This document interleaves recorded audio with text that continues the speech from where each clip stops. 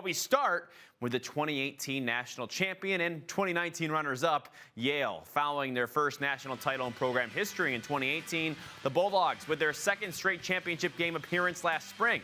This time coming up just short to the University of Virginia. They finished the season 15-4 overall, 5-1 in Ivy League play, but lost that conference title game to upstart Penn, who the Bulldogs had finally beat when it counted the most in the NCAA tournament quarterfinal. That was the third matchup of the year for those two teams. They moved on from Ben Reeves by making Jackson Morrill the quarterback of their defense, and he delivered, leading the team with 83 points as a junior, earning All-American honors along with being a first-team All-Ivy Leaguer. He was 7th in the nation in points per game.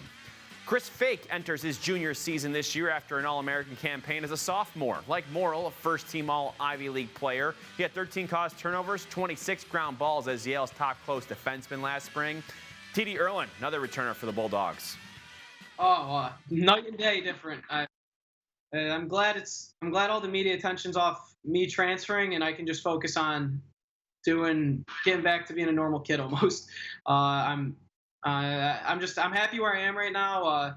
I'm working a job, so it's kind of rough. Getting used to the real world right now. Can't wait to be back on campus and just be used to something steady and not have to deal with all this change. But I couldn't be more excited to head back, and I've really enjoyed this summer and no complaints. I'm really happy with where I am in my life. 2020 will be the final chapter of T.D. Erlin's college career. The Tewaaraton finalist already has several face-off records to his name. Last year, he added more single-game records, too, breaking the NCAA record for single game by going 26 for 26 against Harvard, then had an NCAA tournament record of 31 face-off wins against Georgetown, breaking the NCAA record for ground balls in the game with 29. Here's Davey Emila on his face-off prowess. Davey.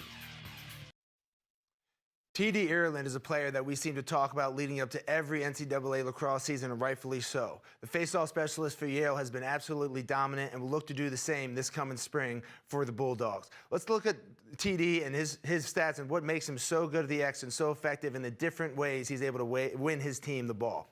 As we dive into it here, we got a nice angle to start off here, and right, so first thing I want to focus on is the actual clamp that happens here at the X, all right? So this is not as clean as you might think, of just a clean pinch and pop that's going to send TD on his way on a fast break. He has to dig and draw a little bit more in order to get this ball up and out, and then he's able to execute his exit, as we like to call. All right, his wing players do a great job here, all right, of being on your defender's hip. That's giving your face-off guy a chance. And when your face-off guy is TD, you know he has the ability to take this ball the distance. So that's the first thing we want to focus on, all right, is the strength and digging this ball out and able to win it forward, as we see. Boom, so whistle goes, right, has to dig a little bit in there and then eventually wins it forward. Boom, right now, all right, we're gonna break into what makes him such an elite face-off guy too, all right, is that extra speed and ability to get to the cage to make that defense slide and respect you, right? TD ends up winning this face-off, or winning this ground ball rather, excuse me, clean, all right, is able to take off, shows you his athletic ability and ability to score the ball, right? That's huge for a face-off specialist to make that defense slide to you. We'll watch it one more time. All right, now we see, and this is in the third quarter, the rest of the game, this defense has to slide upfield. That's gonna allow TD now to feed it to his sharpshooters on the wings. All right, great for a face-off guy to show you that dynamic ability and the ability to score. All right, started with that strength in his clamp, eventually getting that ball out to win forward. All right, I wanted to show this ball before we even press play on the clip here. All right, we wanna notice that, all right, this is versus Albany. This Albany player is a long stick midfielder playing this face-off position, right? So a lot of times teams, when they're not quite sure what to do versus a specific face-off man, a lot of times that happens against TD and Yale, right? They'll put a pole in there to try to make it a 50-50 ground ball, more of a scrap as they shut their guy off, right? TD does a great job of noticing this, realizing it, and as we see, he'll get a quick clamp on this ball and then win this back and then get himself to space in order to protect the ball. All the face-off guy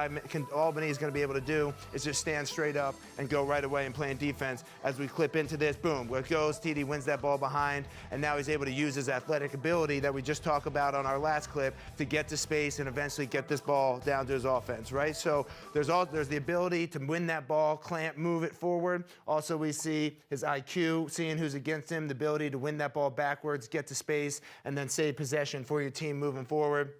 We'll see another example. All right, this is now to contradict that last point, right, is against a pole. It's hard to see. This is another long pole from Harvard, right? So in our last clip, we saw TD seeing that and safely winning that ball behind, but he feels like he can get a clamp advantage here as he realized that this Harvard player is actually just going to take his stick and try to swipe down the line to get that ball out. All right, TD knows that he has the strength to beat him through that and is able to exit forward in this case and then create an advantage for his team. So a lot of stuff going on even before the whistle, right? We see that swipe by the Harvard player, and now TD is able to go strong. Boom, that swipe is missed. All right, TD is able to pick that ball up and again get that ball out towards his offensive unit, right, in a forward direction, possibly creating a mismatch. Either way, that's putting a lot of pressure on the opposing team's defense. They have to worry about him every single time coming out from that face-off X. All right, we'll go one more time here. Again, I really like this angle as we go through it. All right, so what I like about this clip is just shows you some strength. Right, and TD's ability here just to go with the flow, if you will,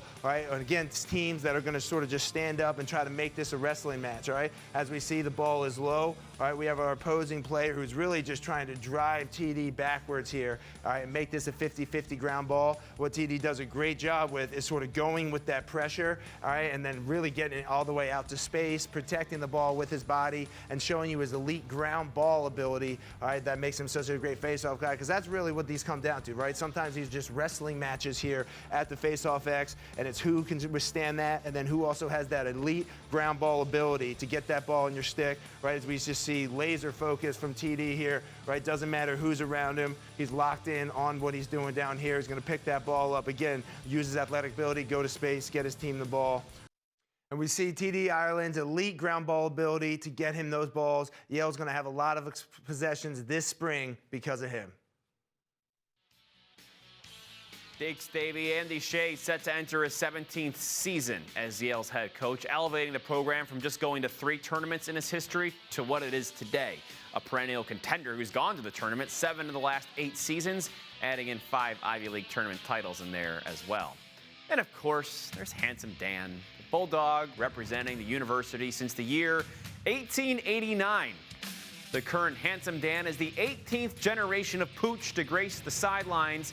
TD tells us the impact of Handsome Dan. It's tough. I mean, let's just face it. No one's as cute as Handsome Dan, so it's tough. I mean, the guy, biggest personality probably on our team. He's the only dog I've ever met that doesn't like tennis balls or anything. He just likes ball buckets. So it's tough to take it backstage, but he's probably way better on camera, so can't complain.